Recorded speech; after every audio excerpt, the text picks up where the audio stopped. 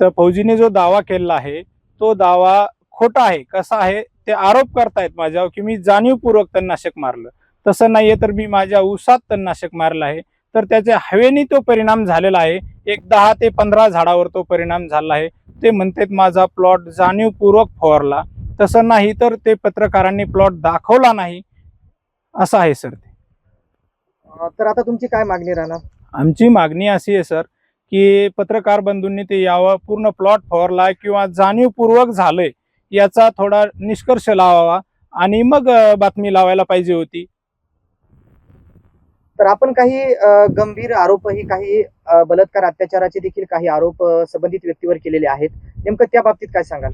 त्या बाबतीत असं आहे की त्यांनी त्यांच्यावर कोर्टात केस चालू आहे आत्ता बी. उद्याची 28 तारीख आहे. बलात्कार आणि शिवीगाळ करणे, धमकी करणे, त्यांचे एक बाळू हरकटे असा त्याचा मामा आहे, त्या दोघांनी मिळून बलात्कार केलेला आहे. तशी कोर्ट हिस्ट्रीला आज बी केस चालू आहे. येते 28 तारीख त्यांना आहे समन्स लागलेले आहेत. मी त्याचे पुरावे देतो. कोणाला लागलं तर मला कमेंट करावा याला, त्याचे मी पुरावे त्यांना सेंड करतो. प्रशासनाने यावं आणि ते जे व्हिडिओ करून पोलीस प्रशासनाची किंवा कुठल्याही प्रशासनाची गैरसमज गैरभूमिका करत आहेत, पोलीस प्रशासनाने यावं, पॉईंटला पाहावं काय झालं काय नाही. आणि तो जे व्हिडिओ करून असं गलत माहिती पाठवतोय त्या संदर्भात माझं असं त्यांना म्हणणं आहे की तुम्ही पोलीस आर्मीत आहे म्हणून सांगताय, तुम्ही सांगा ना आर्मीत राहून मी बलात्कार बी करतोय.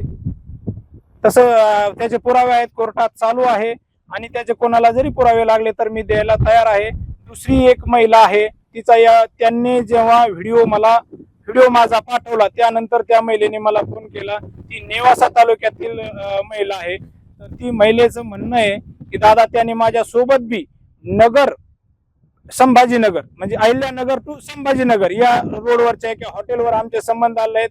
त्या हॉटेलवरती थांबलेली त्याच्यासोबत तिच्याकडं स्क्रीनशॉट, त्या लॉजिंगला थांबलेले खात्री म्हणजे काय म्हणतो आपण त्याला, एंट्री केलेले डॉक्युमेंट्स आहेत. पण ती आता सध्या माझ्या पूर्णपणे, जसं नगरचं मॅटर माझ्याकडे पुराव्यासह आहे तसं याचं मॅटर माझ्याकडे अजून पुराव्यासह नाही. ज्या वेळेस पुराव्यासह माझ्याकडे मॅटर येईल तेव्हा मी त्या ताईला पत्रकार साहेबांसोबत घेऊन येईन. आता या प्रकरणानंतर तुम्ही शिरूर पोलीस ठाण्यात काही तक्रार वगैरे दाखल केलेली आहे? हो, मी तक्रार दाखल केली आहे.